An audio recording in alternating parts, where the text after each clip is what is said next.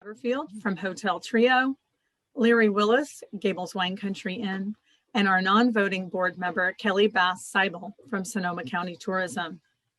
I also want to make a quick special thanks to Aphrodite Caserta and Nate Woodward for their support on this meeting production and the videos.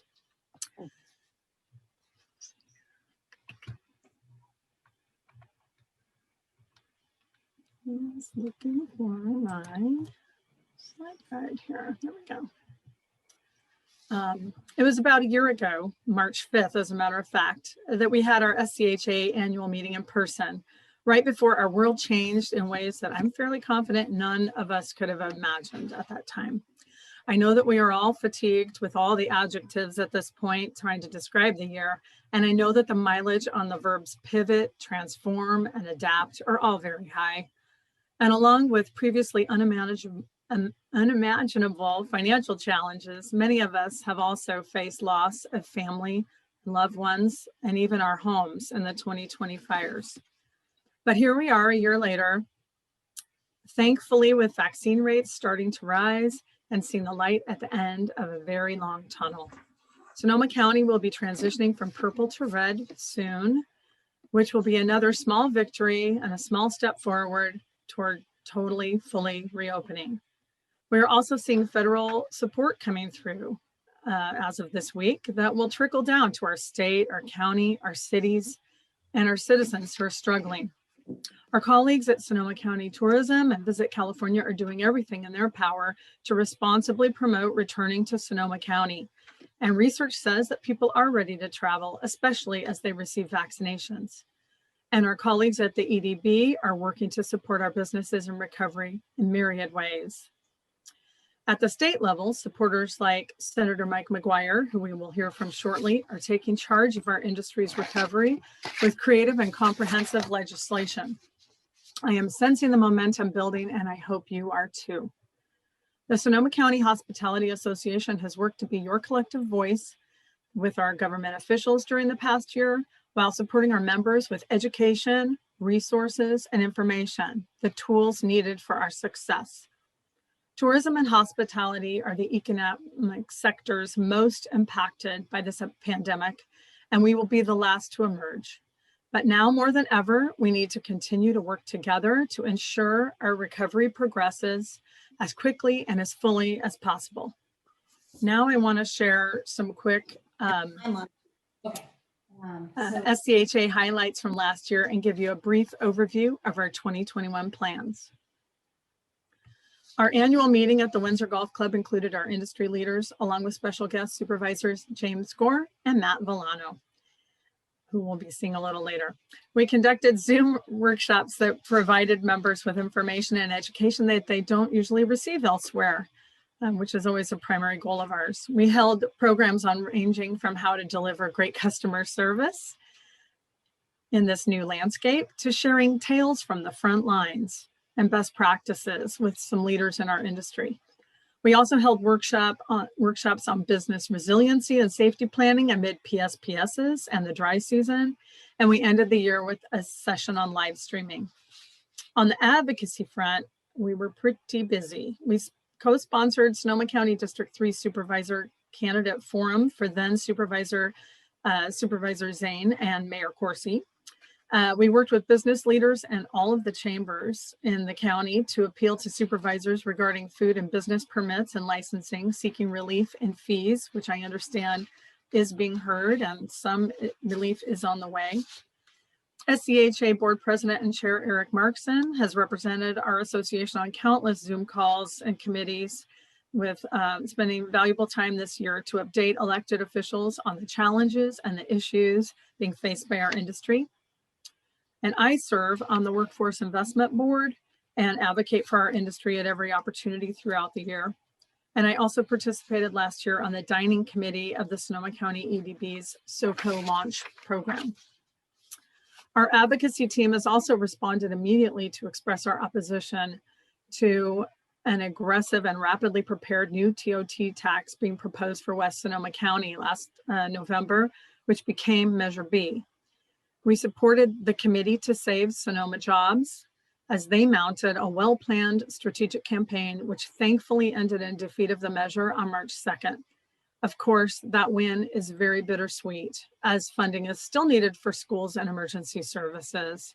And the campaign reminded us just how much there is a strong dislike for tourism among our residents. We were not able to pivot on our networking mixers this year, but we'll hopefully be able to resume hosting them later in 2021. And we were also forced to postpone our Chefs of Tomorrow event for another year, hopefully 2021, but of course this is not confirmed. And in case you aren't familiar with Chefs of Tomorrow, this is our signature community event honoring the culinary stars of tomorrow and supporting high school culinary programs. It is a highlight for our association every year.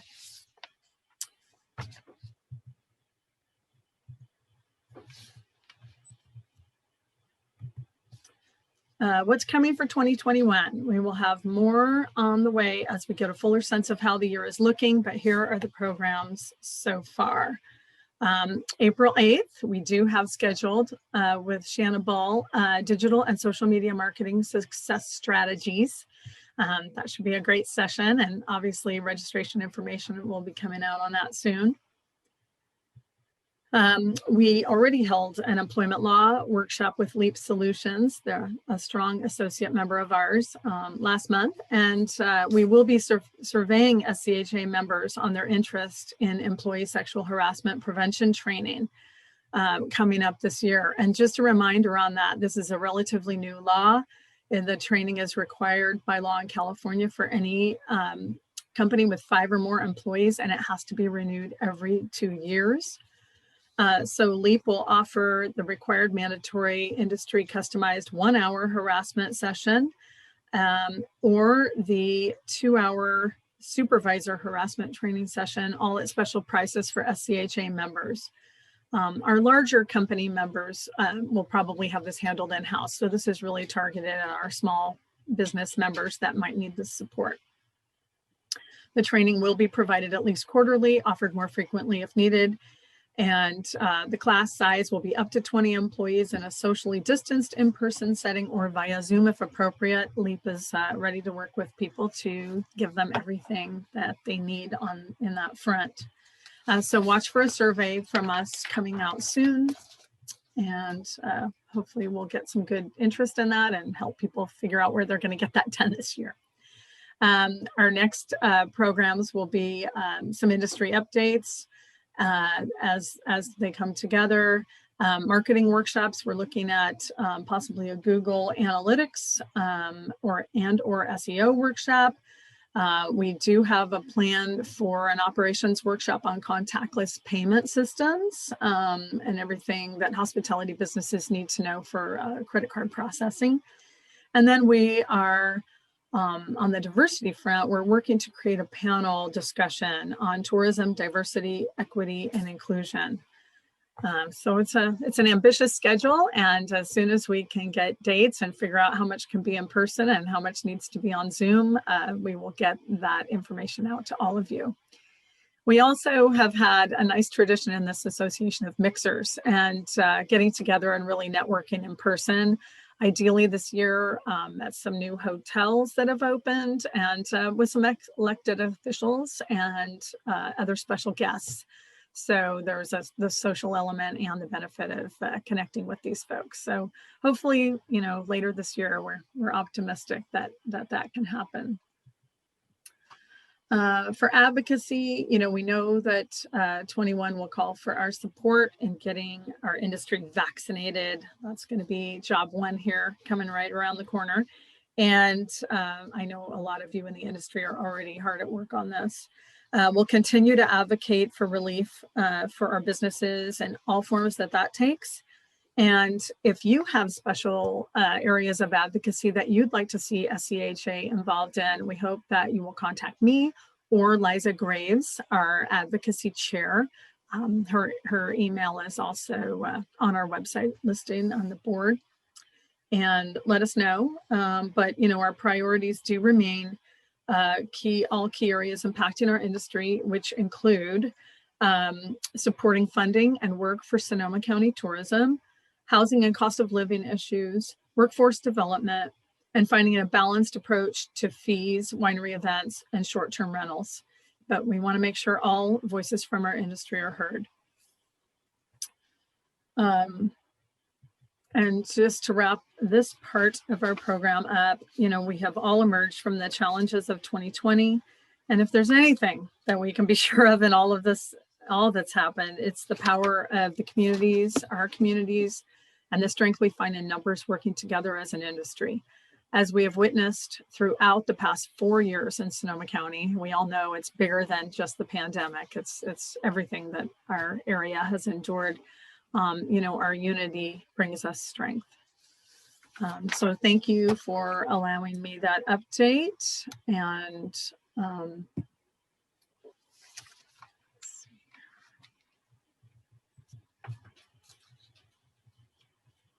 along with hearing from our association today, we're thrilled to have 3 different speakers, 2 by video and 1 in person.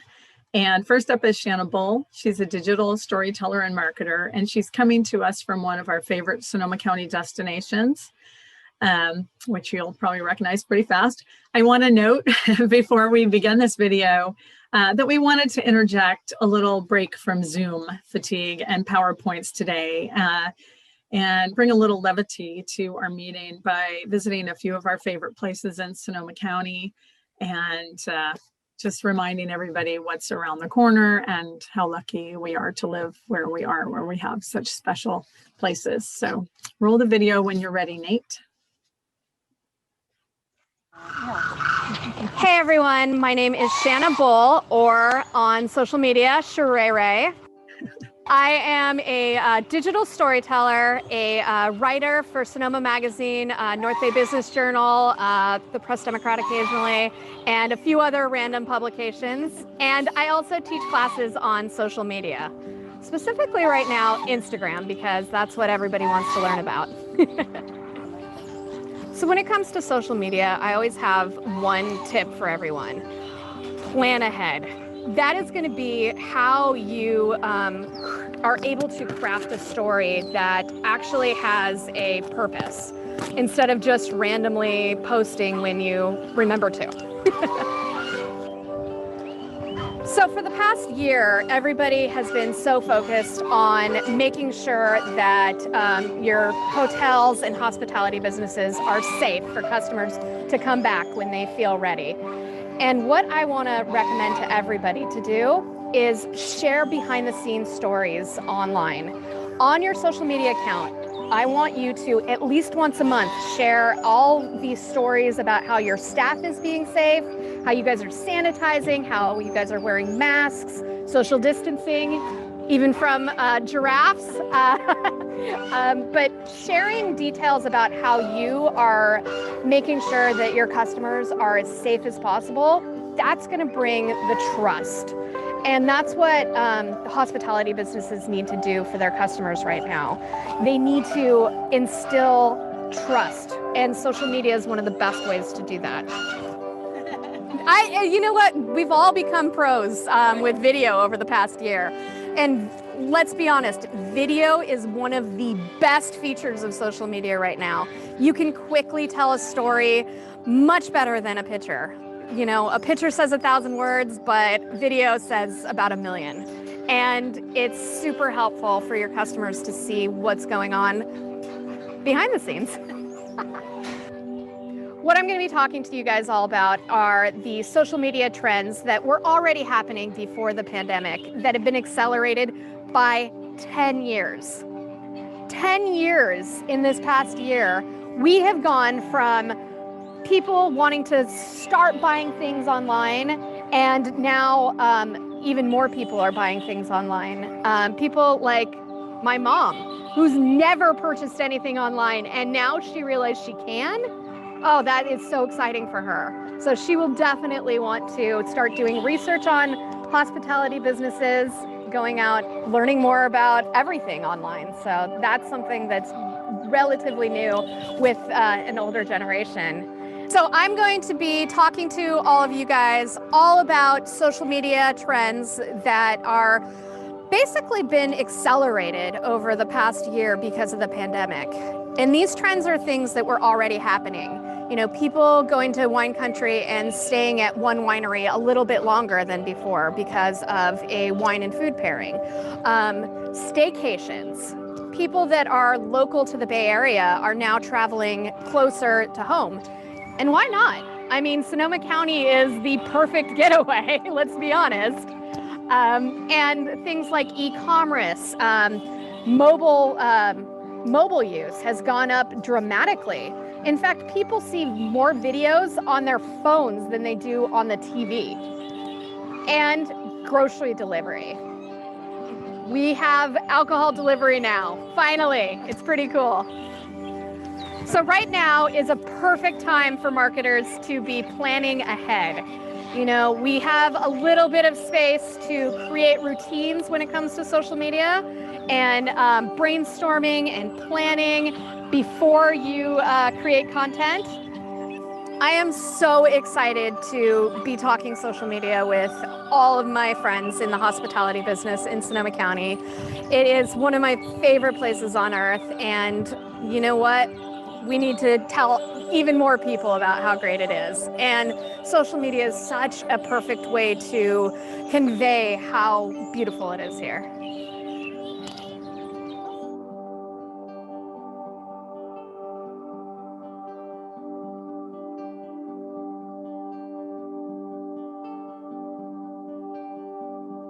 So much fun.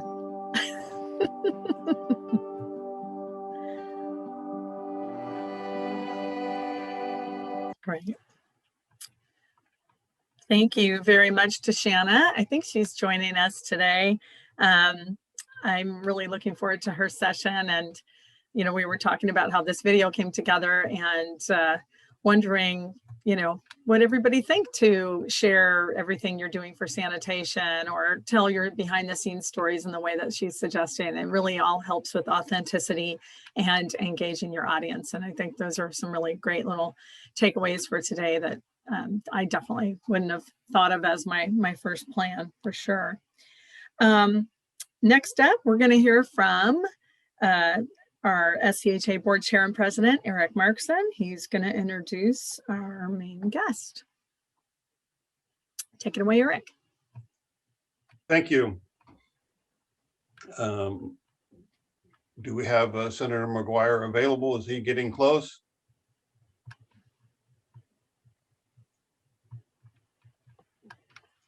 Well, while we're waiting for Senator McGuire, I'll just tell a few things that I wanted to bring to his attention.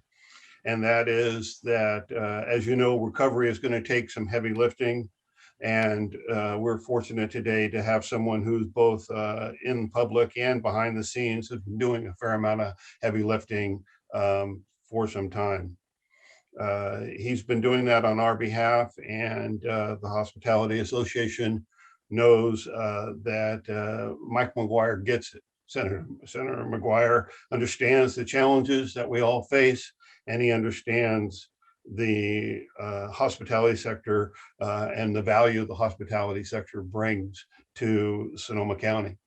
So at this time, as soon as we can find Senator McGuire, we'll try to get him to get ready to do, because it is my honor to introduce today's keynote speaker, Senator Mike McGuire. I was going to say what we can talk about while we're waiting for him, Eric, is that what we're going to do for questions, we've carved out 10 minutes at the end of the session for questions. Oh, thank you.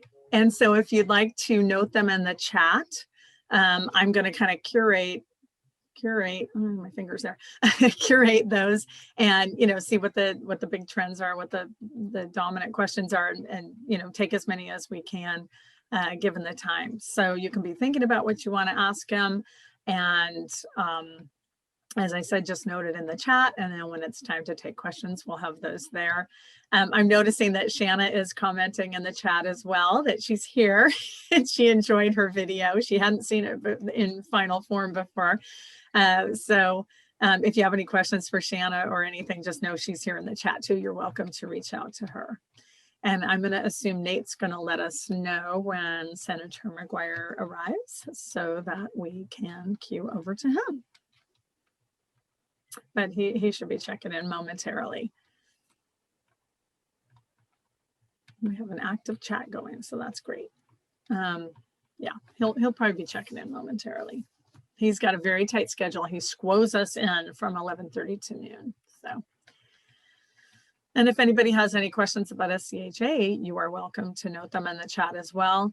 And most of the people attending today are members or special guests, but if you are considering membership, we certainly hope you will. We are a small but mighty organization of a little over 100 members. We'd love to have more. And, you know, we value everybody's involvement for sure.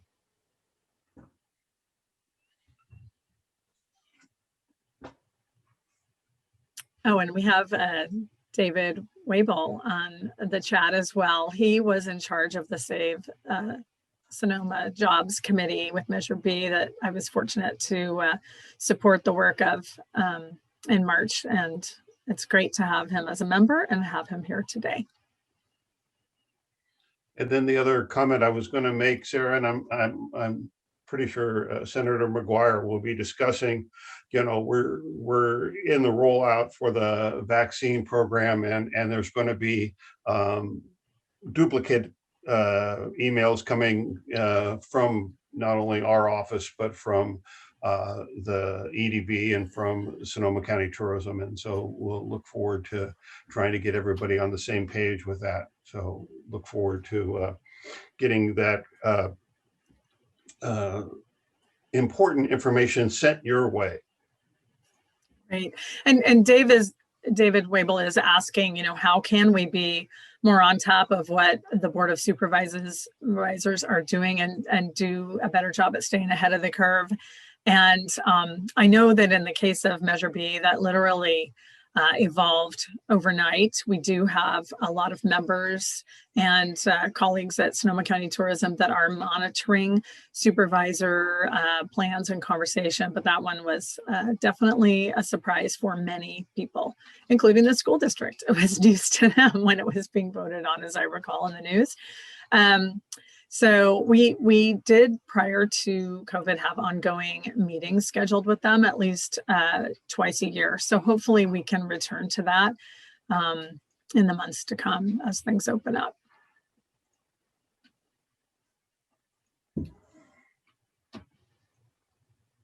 Any other questions for SCHA while we're waiting?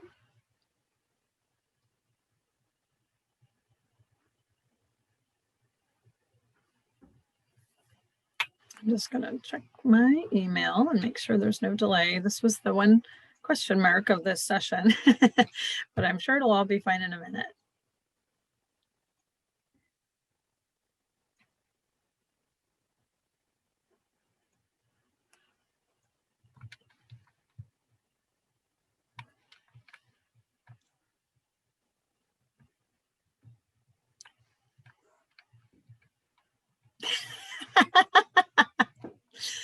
Uh-oh, Maddie Vino is offering to do some karaoke.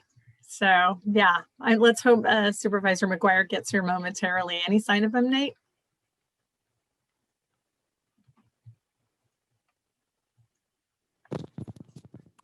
I have not seen the senator enter quite yet.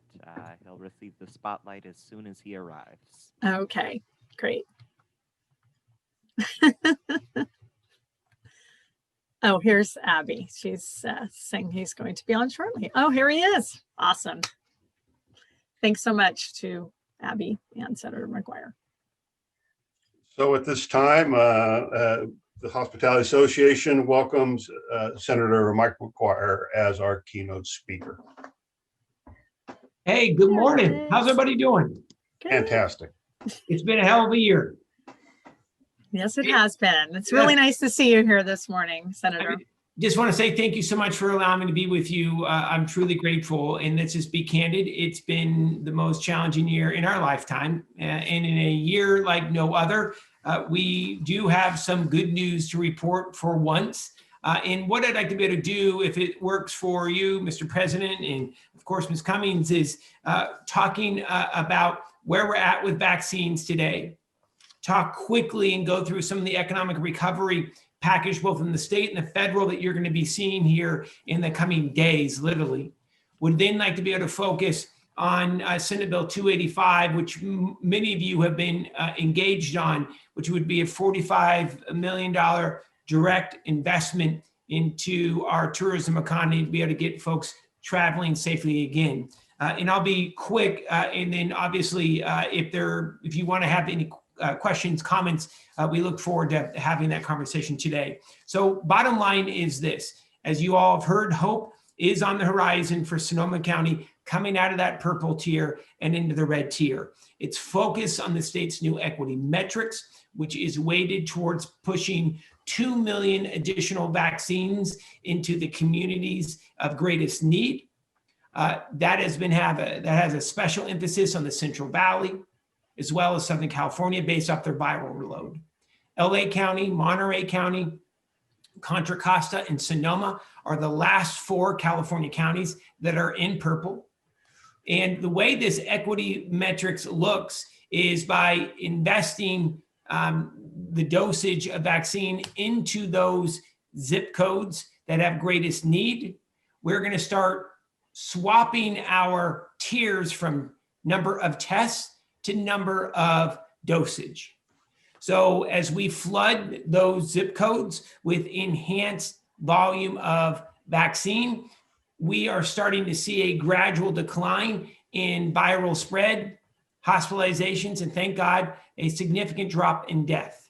So we believe that we're going to start seeing a significant change here in Sonoma County coming out of purple and red, and we'll have a confirmation here soon. Now, that's the good news. I want to talk about some short-term challenges and then talk about the bright future in front of us. We know, though, that we're likely to go from purple to red. Great news. That means restaurants are going to be able to reopen partially to indoor dining, gyms and movie theaters, museums, etc. But when it comes to our shipment of vaccines over the next 3 weeks, starting this coming Monday and the 2 subsequent weeks after, we're going to be relatively flat. So here's where we're at with vaccines. With vaccines, we anticipate a total of 1.71 million vaccines coming in next week from the feds to the state. The week after that, 1.74 million. Week after that, 1.79 million. Our Moderna supply is flat, but it's actually a little down because more doses are going to second shots, as we've seen going to first shots. Plus, we aren't anticipated to see any additional Johnson & Johnson vaccines for March 14th, the week of March 14th, the week of March 21st, and the week of March 28th. So the challenge that we are facing now, we're seeing for the next 3 weeks, a relatively flat supply coming from the federal government. Number 2, an enhanced number of that supply that's coming in going to second doses. So for example, Moderna next week, we're anticipating 380,000 first doses and 380,000 second doses, and no Johnson & Johnson. On Pfizer for next week, we anticipate 515,970 first doses, 438,750 second doses. So those second doses are catching up. So we got some challenges ahead. Now, looking forward though, looking into late May, in June, in July, I will tell you, and I am a big believer of under promise, over deliver. So I will never say anything that I don't believe is going to happen, because I hate when people do that to me. I really believe that we're going to see significant change in the volume of supply coming in from the federal government, with the federal government inking that deal with Merck to start manufacturing 100 million additional doses on behalf of Johnson & Johnson. That will help be a game changer. So what we anticipate, the federal government is telling the state to prepare for 4 million doses a week coming up sometime in late April. I'm going to be honest with you. Let's just say that's going to be May or June, right? Because there's been delays all throughout. Regardless, what we're doing now here in the state is we're preparing for 4 million doses every week. So we have a coordinating group with all counties between the Golden Gate Bridge and the Oregon border to be able to prepare the infrastructure to be able to get that enhanced supply into the community. I'm telling you, it's the first time we've had good news, and I would not be here telling you otherwise if it wasn't. So we're preparing for it. We're getting the bandwidth, the backbone ready to go, and we should be prepared by the end of April to be able to have expanded vaccine distribution in every county between the Oregon border and the Golden Gate Bridge. And that has been an intense focus, and we should have all county plans in and submitted about this expanded bandwidth here by the end of this month. So really good news on the horizon. The other good news on the horizon, and actually it's already arriving, is the issue of economic relief. For the first time in our state's history, we're seeing an economic recovery package over $10 billion just in state funds. The state is anticipated to be able to receive $40 billion in federal funds coming in. That's going to be about $26 billion just for the state. The remainder in the Economic Recovery Initiative is going to go to local governments. So let's break it down. Sonoma County is anticipated to receive about $95 million in federal funds. The city of Santa Rosa is expected to see about $36 million in federal funds that will be delivered. So really good news on that front when it comes to economic recovery, expanded vaccine distribution, and other services. On the state side, I want to talk about some of the pillars where we've been focused. Number one, we are facing eviction for 4 million Californians at the beginning of January. We had to come to an agreement with landlords and tenants across the state. We passed one of the most proactive tenant relief bills in America here in January. It kept 4 million Californians in their homes. In return, 80% of all back rent from 2020 would be repaid to landlords, small family landlords, larger residential landlords as well. The lens on this is up to 80% of all back rent paid if the tenant is earning 80% of the area median income or below. So it's significant. We've allocated about $2.6 billion and set that aside. I'll be candid, we don't believe that we're going to need all $2.6 billion for the back rent. We don't believe that there's $2.6 billion. I would have a feeling we're going to be between $1 billion and $1.7 billion in back rent, but we're not going to need the entire allocation. Quickly on economic recovery, one, as you all know, small business relief grants are moving. It's through a third-party vendor. We've allocated now $2.6 billion into the small business relief grants. It's a state program. Small businesses can apply for up to $25,000. Many of you on the line today have already applied. You don't need to apply again if you received notification that your grant wasn't funded because of oversubscription of funds.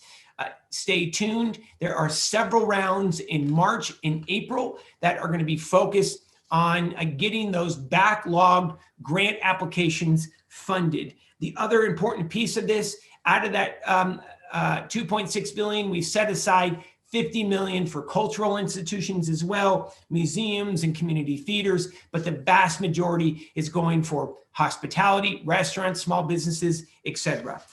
Quickly also from the state, I'd like to talk about PPP conformity. So in the state of California, approximately 750,000 businesses have received the PPP. Hundreds of millions in PPP grants/loans have landed between the Golden Gate Bridge and the Oregon border. The federal government has offered full tax conformity, meaning you can write off your taxes paid for utilities, employment costs, and rent off your federal side.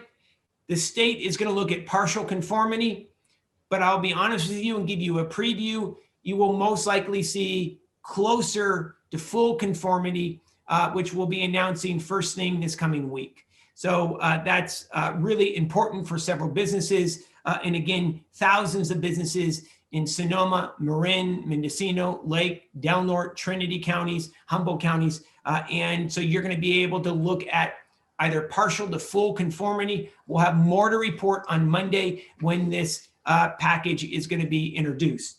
The other focus is on the most vulnerable in the state's economic recovery plan. 5.7 million of the most vulnerable Californians are going to receive an additional $600 stimulus check on top of the $1,400 stimulus check that they'll be receiving from the federal government. 3.8 of the 5.7 million of those are on the earned income tax credit, earning $30,000 or less. 1.2 million are on SSI. They're either elderly or blind or disabled. It's really critical that we get those checks into the hands of the most vulnerable. I'd like to talk quickly about fee waivers, Mr. President. So if you are a restaurant, if you are a bar, if you are a hotel that has a liquor license, if you have a hair salon in your hotel, if you are a hair salon, a nail salon, you will not have to pay state business fees for the next 2 years. Wow. This is going to impact 659,000 businesses across the state. It's about $115 million investment. You do not have to apply for this. You will automatically see your fee waived from what you pay to your regulatory agency. Again, ABC, Board of barbering, cosmetology, etc. Automatically fees will be waived for the next 24 months, which is absolutely critical. Also, where we're focused is on, we know that until schools reopen, our economy won't recover, and we also have to get childcare facilities reopened. So we're focusing on, there's 400,000 kids that rely on state subsidized childcare. Many of these childcare agencies are upside down financially because of COVID. We've announced a one-time $400 million, $525 per child voucher that will go to help reopen childcare facilities. It will help 400,000 kids. And let's just be honest, it's going to help parents be able to get back into the workplace, which is absolutely critical as we move forward. The last piece I'll say is we got to focus on hospitality and tourism. So we focus on restaurants, we've focused on fees for bars and barbershops and hair salons. But let me just say, where we have not focused is on tourism and hospitality. So tourism and hospitality in the state of California, it's one of our largest economic drivers. $145 billion in visitor spending in 2019. By the way, that generated $12.3 billion in state and local taxes. Thousands of small businesses rely on a healthy tourism economy in California. The economic fallout of the pandemic is 10 times worse than the 9/11 terrorist attacks on tourism here in California. We've lost $85 billion in visitor spending in 1 year. That's a 60% drop from 2019. And what we know is that state and local governments have lost $6.6 billion in state and local taxes. 1/3 of all folks on unemployment right now, 1/3 are hospitality workers. Over 600,000 hospitality workers remain on state unemployment. So we know without getting a stimulus package focused on hospitality, we won't see a recovery until 2024, 2025. And I'll quickly say this. We are advancing a California comeback plan for the tourism industry, for the hospitality industry here in California. One-time $45 million investment that would be invested in Visit California. It's our private tourism bureau. It's privately funded. That $45 million to be able to advertise when it's safe to travel, according to the California Department of Public Health, that $45 million would turn into $10.3 billion in revenue for California businesses, $865 million in additional state and local tax revenue. Again, this campaign would be launched with Visit California when the California Department of Public Health declares it appropriate and safe to resume travel. The other focus of this campaign is how to make sure that folks who are hitting the road, especially in-state travel, are able to travel safe. This was modeled after a program after 9/11 where we invested $8.5 million That 8.5 million turned into 20 million investment because the California broadcasters matched the state dollars, radio and television stations. Our travel jumped by 10%. We're one of only 3 states in the union to see an increase in tourism travel. That 20 million turned into 3.2 billion in visitor spending and 10.6 million in local and state taxes. So we're working with you. We're working with businesses across the state. We're working with organized labor to be able to get this passed, and it's an SB 285. You're going to see a social media campaign coming out where we're going to be asking all folks involved in travel, hospitality, leisure, to be able to contact their state representatives, both on social media as well as calling in and emailing in. We have to get this into the budget by June, and we'd be honored to work with you. Again, thank you for allowing me to be here today. I'd be happy to have a conversation, and then we can talk about when we think events will be coming back. I can touch on that as well if you'd like. I'll turn it back over to you, Mr. President. And again, thank you, your board, for allowing me to be here. Senator McGuire, you've been doing a fair amount of heavy lifting, both behind the scenes and in public, and we want to commend you on your efforts on that, and we want to support you for that and championing that bill. Talk to us a little bit about group business or small group business, or how we can get the hotels, midweek business, that kind of stuff. We need those help in those areas. You're absolutely right. Look, I think first and foremost, we need to be, so right now, as you all know, and you know better than I, there's a 120-mile restriction on in-state travel. That doesn't make any sense. You can literally go drive 120 miles if you live in Sonoma, head over to Sacramento or another county that's in the red and go eat out. But you can't go to a hotel or go stay in a vacation room. That doesn't make any sense. So first and foremost, here's what I think you're going to see. Number one, we need to be able to start taking a look at amending those travel restrictions based on the situation where we're at with viral load. We're seeing a dramatic decrease. So that's going to help in-state potential midweek as well as group travel. Number two, we have to focus on events. So here's where I think you're going to see the state focus. Just as we're going to see baseball resume, theme parks resume, just as we see in the red that we're going to have restaurants open up for more limited capacity indoors, we need to do that same for weddings. We need to be able to do for group business and outings. And I promise you, Mr. President, that's coming. It's a focus. The first wave was announced yesterday with breweries and wineries and bars. You will see the next wave focus, I believe, on travel and also special events, which I know has been such a priority for many of you and your members. Well, that's great news, and it also kind of lends to the next question on SB 285 from a timing standpoint. We need to have our ducks in a row. We need to have our hiring done. We need to know how to have that done before we start. When we start advertising, hey, come see us, we have to have it ready and perfect. So talk to us a little bit about from a timing standpoint. Yeah, you're absolutely right, Mr. President. Look, I don't mean to be squishy with you because I don't want folks to be squishy, but I also don't want to BS yet. So there's going to be 2 scenarios that will happen with 285. So the state has been, typically we adopt the state budget in June. Then our new fiscal year starts July 1. So there's going to be 2 scenarios. We've been moving a lot of the most critical COVID-related budget items early. So we took action on the tenant relief.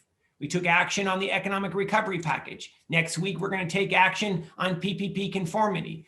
What we'd like to do ideally is take action on this 45 million early. Right. If we can't get it done here in March or April, it will have to be done in June. Those accounts at Visit California, who would be responsible to run the campaign, would then be populated in July.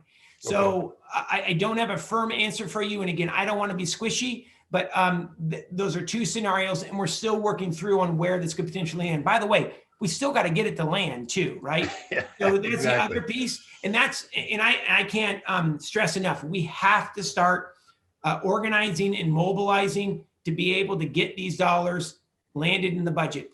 We know when we invest in tourism, our economies will recover quicker. We did it after 9/11. And again, the pandemic, the economic fallout from the pandemic is 10 times worse than the economic fallout after the 2001 terrorist attacks. We desperately need these dollars to be able to get folks traveling safely.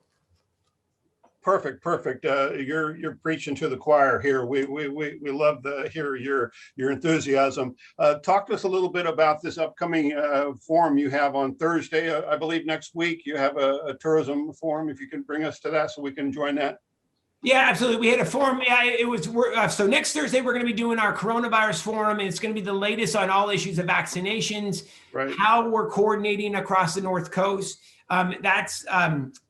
That is critical. So we're bringing together all counties to be able to get that bandwidth that we described, the backbone for enhanced vaccine distribution.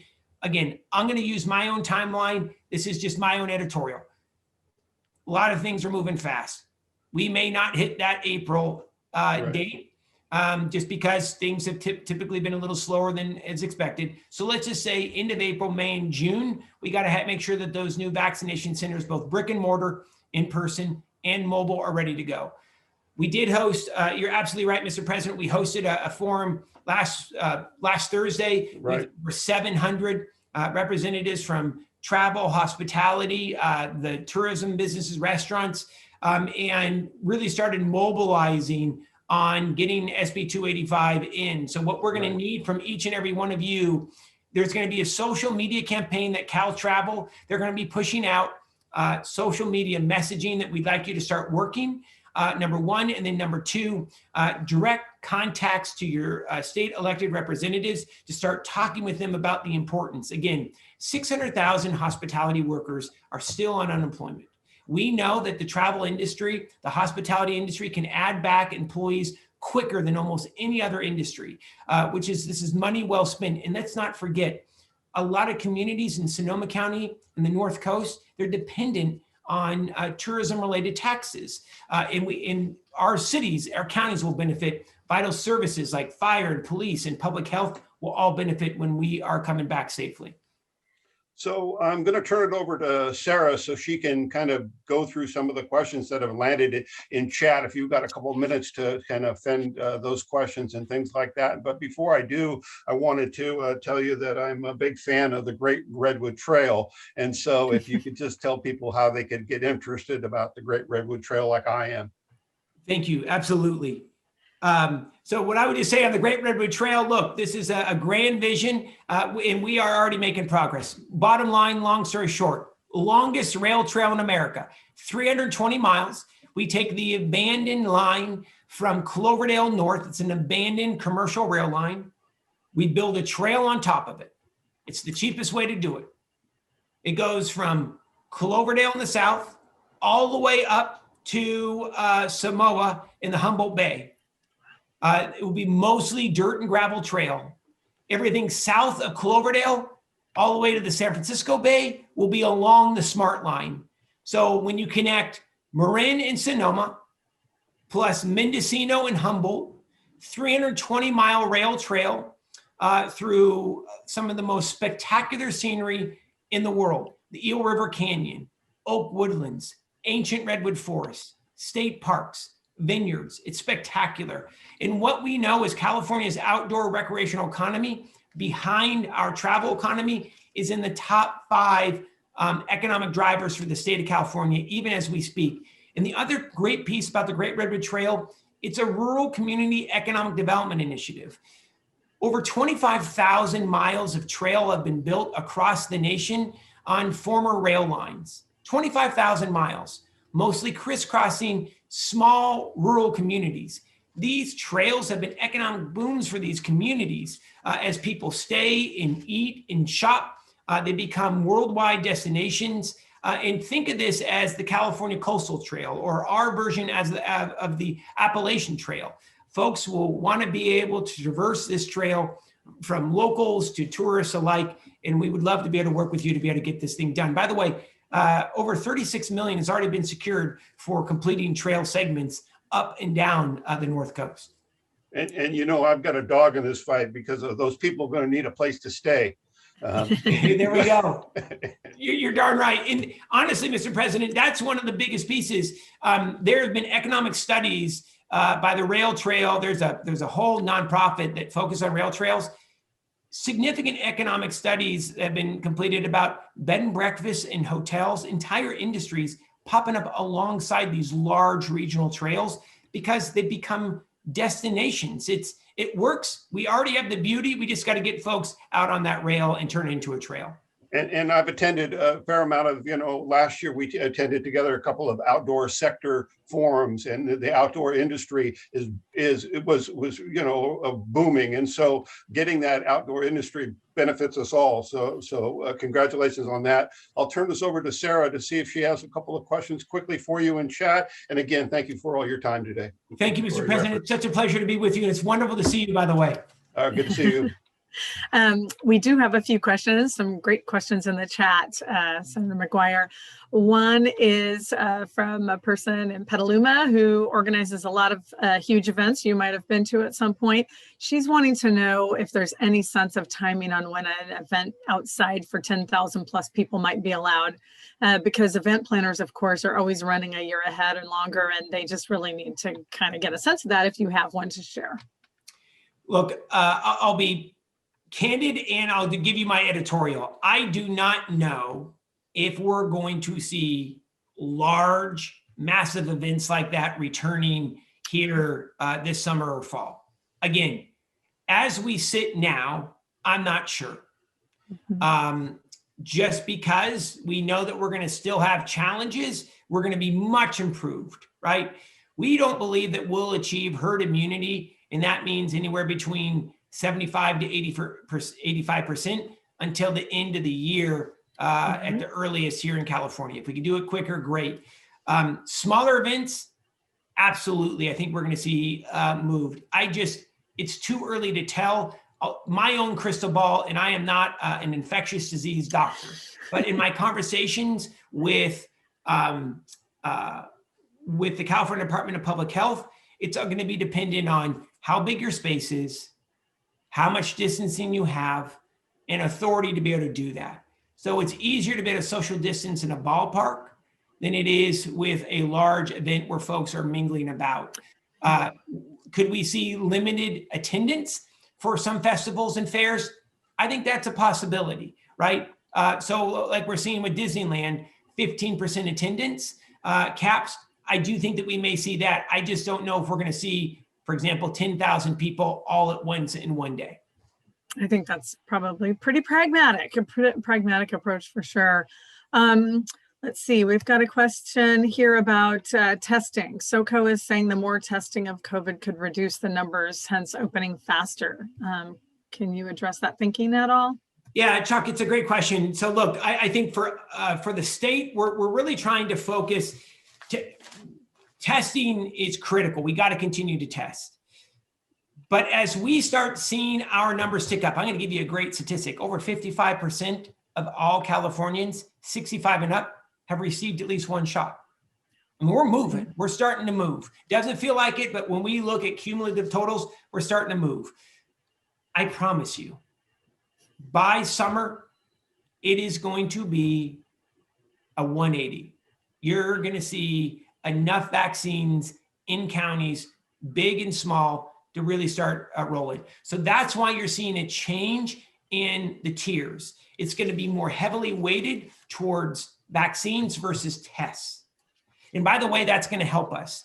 So right now, reason why we may be moving from purple to red is because of the link with the red counties and getting those additional vaccinations into the most vulnerable zip codes. So bottom line is, Chuck, less emphasis on testing, more emphasis on vaccines, because we are going to see so many vaccines coming in. And I'll be honest, that's probably going to be better for Sonoma County if we base it on vaccines longer term than tests. Great. Anything we can do as the industry here in Sonoma County to support you and support the Redwood Trail and all of your efforts, Senator McGuire? Ms. Cummings, I don't mean to sound like a broken record, but look, I think that we got to get this $45 million. We're in dire straits. Tourism and hospitality in California is in real trouble. I'm preaching to the choir here. It's been a devastating year. It's been devastating. And these are our livelihoods, and our employees are still struggling. Yet this state hasn't invested in our comeback. And so we have to band together as a county, as a region, to be able to get these dollars passed. Again, we start advertising for, I know it may not be ideal, but let's talk worst case scenario. We start advertising July, August for fall. That's going to really benefit our region, especially for harvest. And here's what we know. After 9/11, because folks didn't want to get on planes, and we believe that there's going to be plane hesitancy, folks are going to be hesitant to get onto airlines here probably for the next 12 to 24 months. It will benefit our region. Just like what we saw after the tragic attacks, we saw a bump in tourism traffic.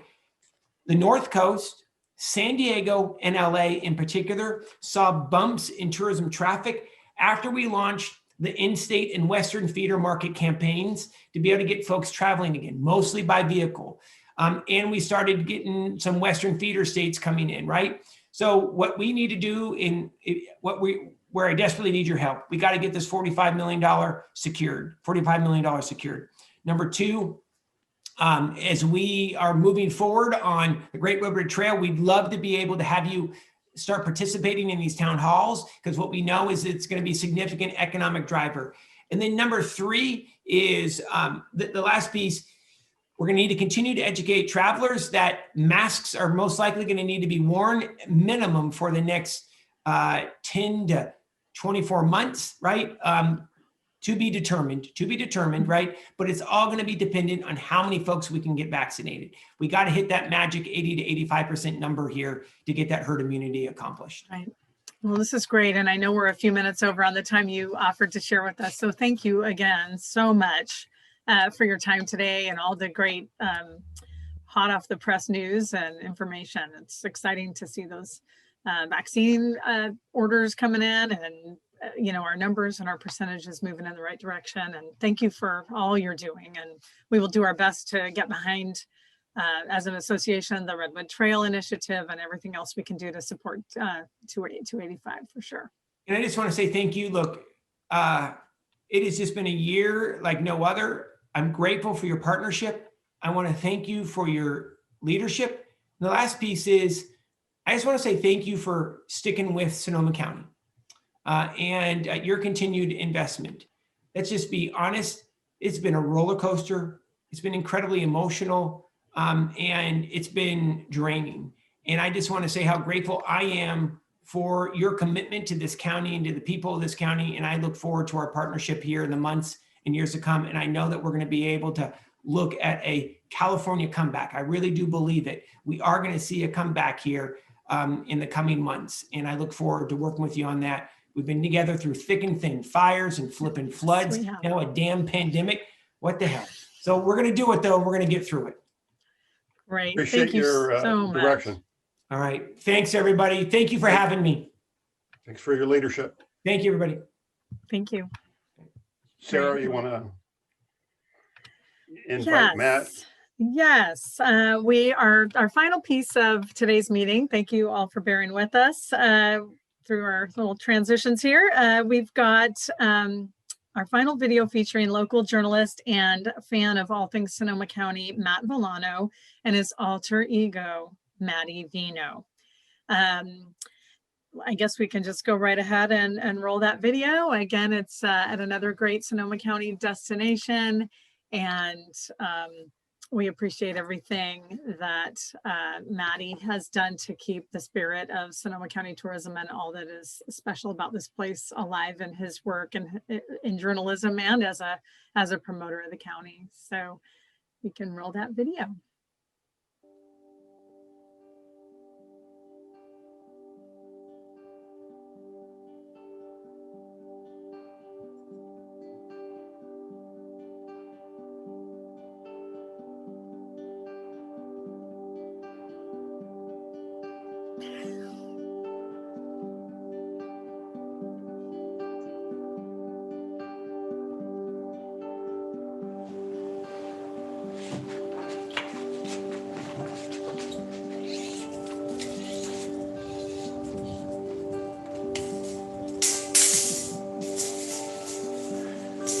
SCHA, Sonoma County Hospitality Association. Hello again. You all remember me? It's Matty Vino. Thank you all for your attention during what I hope has been another really informative annual meeting.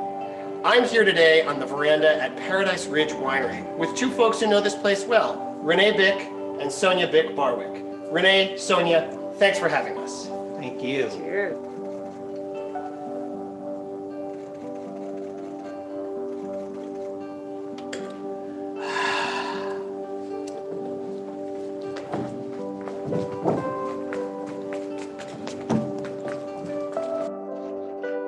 Just about a year ago, I stood in front of you in this wine bottle and Merlot-colored bodysuit in the great room at Charlie's on the Windsor Golf Course. And that was a big event for me because I came out to you as Matty Vino. I came out to the world as Matty Vino. And during that event, Supervisor James Gore came up to me and bear hugged me from behind. After the event, I posed for photos with many of you. Some of you even kissed the bottle. But of course, as we all know, 1 week later, our lives changed forever. Now, I'm not gonna lie, the last year has been a struggle for all of us. But even though we've had to spend that year standing 6 feet apart, the Sonoma County hospitality community is stronger than ever.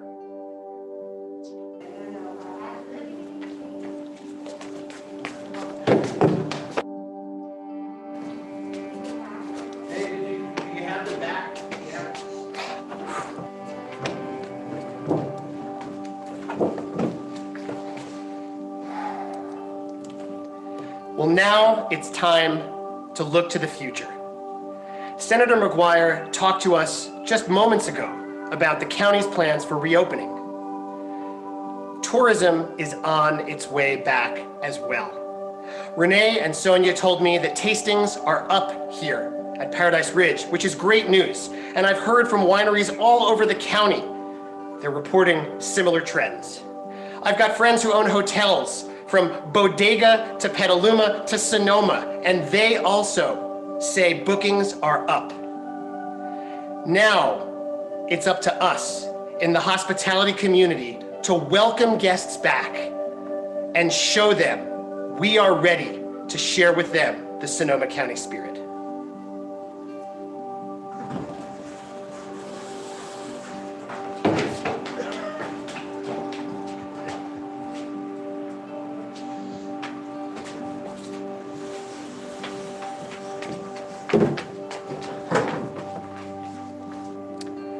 Well, before I peace out and bid you farewell, I wanted to take a minute to acknowledge and appreciate those in the Sonoma County hospitality community who've really gone above and beyond during the last year of this crazy pandemic.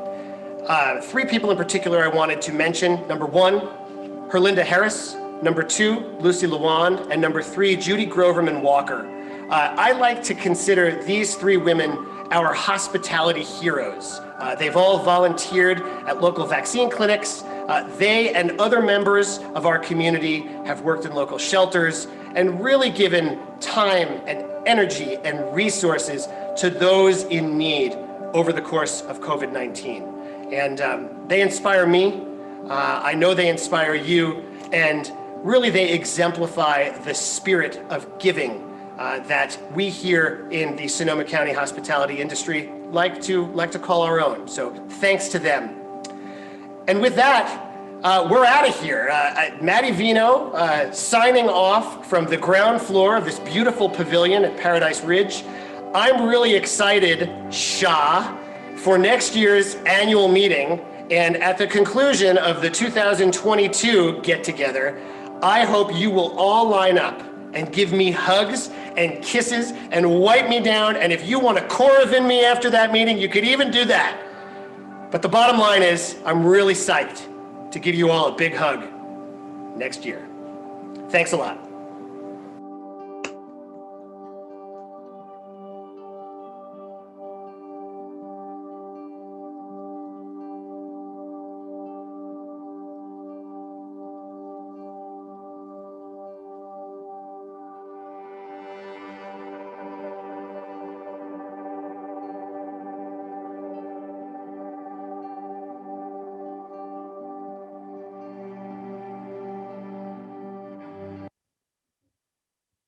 Thanks to Matt Villano for making time to get that video done, and also to Renee and Sonia, well, Renee Bick and Sonia Bick Barwick for sharing their beautiful new winery with us. That was hopefully a lot of fun for everybody. I see a note in the chat that, you know, everybody needs a little bit of comic relief right now, and excitement for the future, and celebration of all that we do still have here in Sonoma County.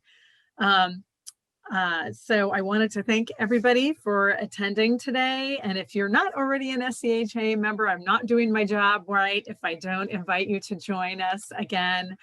We have a pretty reasonable dues structure, and we have a great group, and we'd love to have you be part of it if you're not already. And Eric, did you have some words before we adjourn?